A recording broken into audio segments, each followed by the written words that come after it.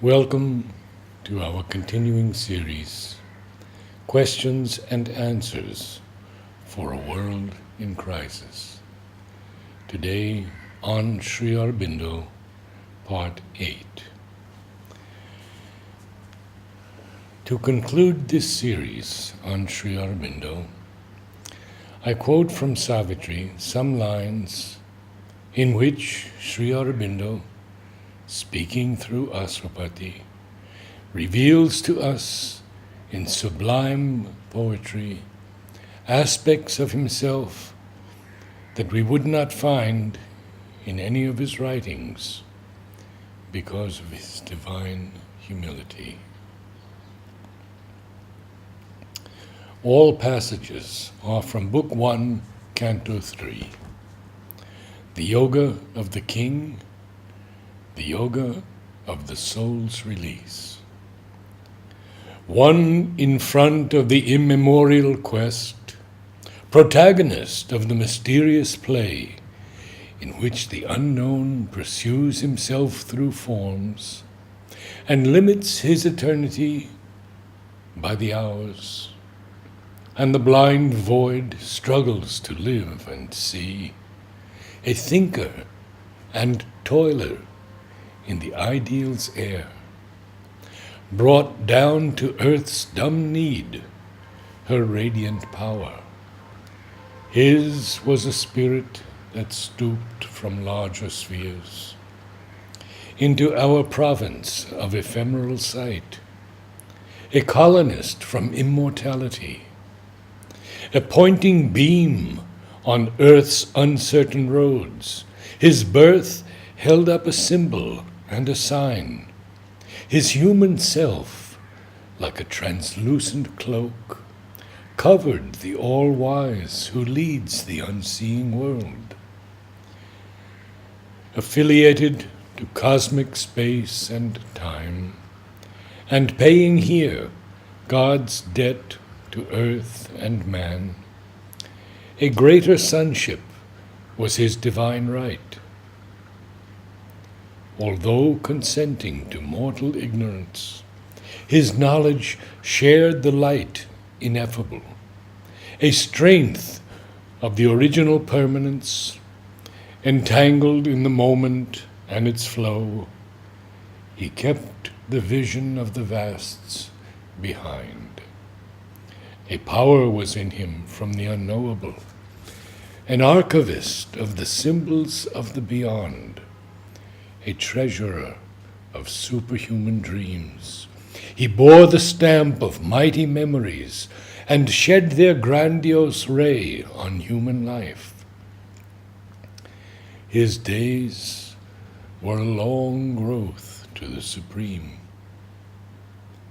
a skyward being nourishing its roots on sustenance from occult spiritual founts, climbed through white rays to meet an unseen sun.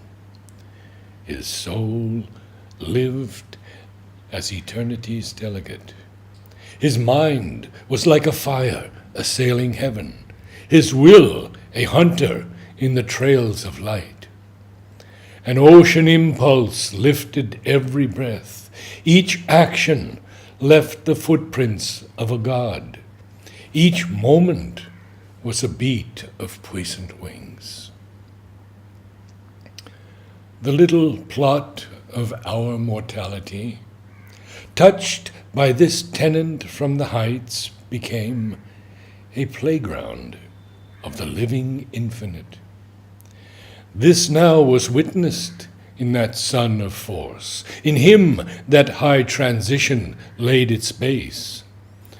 Original and supernal immanence, of which all nature's process is the art, the cosmic worker set his secret hand to turn this frail mud engine to heaven use. A presence wrought behind the ambiguous screen. It beat his soil to bear a titan's weight, refining half-hewn blocks of natural strength. It built his soul into a statued god. The craftsman of the magic stuff of self, who labors at his high and difficult plan in the wide workshop of the wonderful world, modeled in inward time his rhythmic parts. Then came the abrupt transcendent miracle.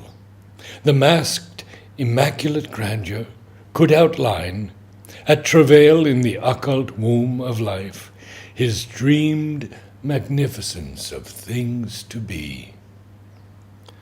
A crown of the architecture of the worlds, a mystery of married earth and heaven, annexed divinity to the mortal scheme. A seer was born, a shining guest of time. For him, mind's limiting firmament ceased above.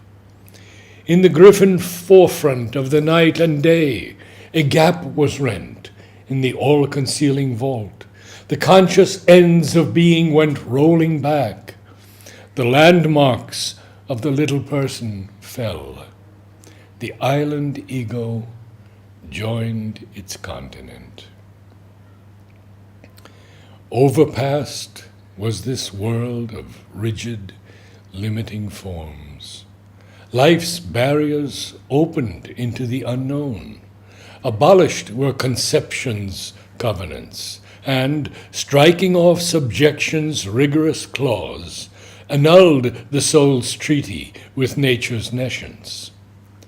All the gray inhibitions were torn off, and broken the intellect's hard and lustrous lid. Truth unpartitioned found immense sky room. An Empyrean vision saw and knew.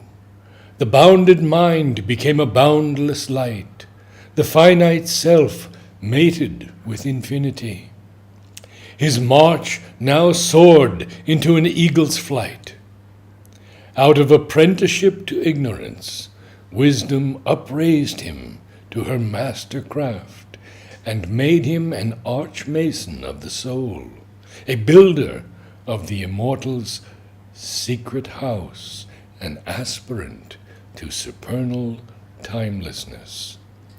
Freedom and empire called to him from on high. Above mind's twilight and life's star-led night, there gleamed the dawn of a spiritual day.